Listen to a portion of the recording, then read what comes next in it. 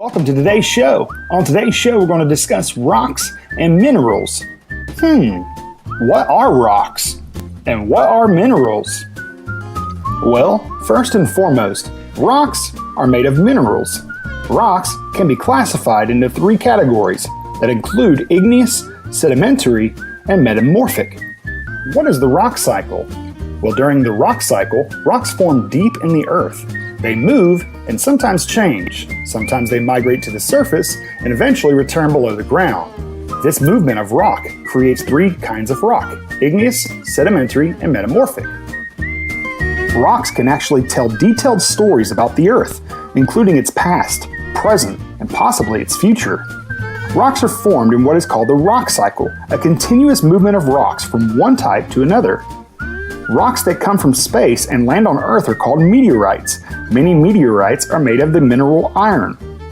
Minerals make rocks. They're represented by over 4,000 different types. They're found in Earth's crust, but only about 30 of the 4,000 total. Minerals that consist of a single element in its pure state, uncombined with other elements, are called native elements. Minerals that are native elements consist of metals and nonmetals that comprise Earth's oldest understood elements. Minerals called silicates are the most widespread minerals. Minerals that are called silicates are incredibly tough and comprise over 1,000 types. That's 1/3 of all of the minerals that we know of. A good question to ask right now is, how are minerals identified from one another? If we're going to accurately identify a mineral, we need to look at its properties. There's 5 distinct properties that many geologists use to identify minerals. They are cleavage, hardness, color, streak, and luster. So the rock that is located here is called mica. Mica splits into little sheets, almost like a paper. Why? Because it has cleavage. Cleavage describes how a mineral breaks into flat surfaces.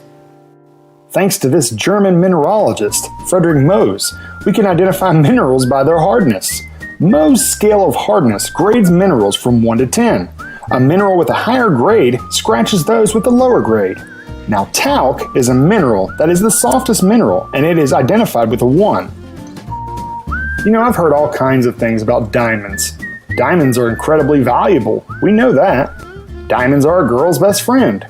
But did you know that the diamond is the hardest mineral on Earth, and it is identified on the Mohs scale of hardness with a number 10. Luster is another property used to identify minerals. Luster describes how light bounces off of a mineral. Some minerals are shiny like metal.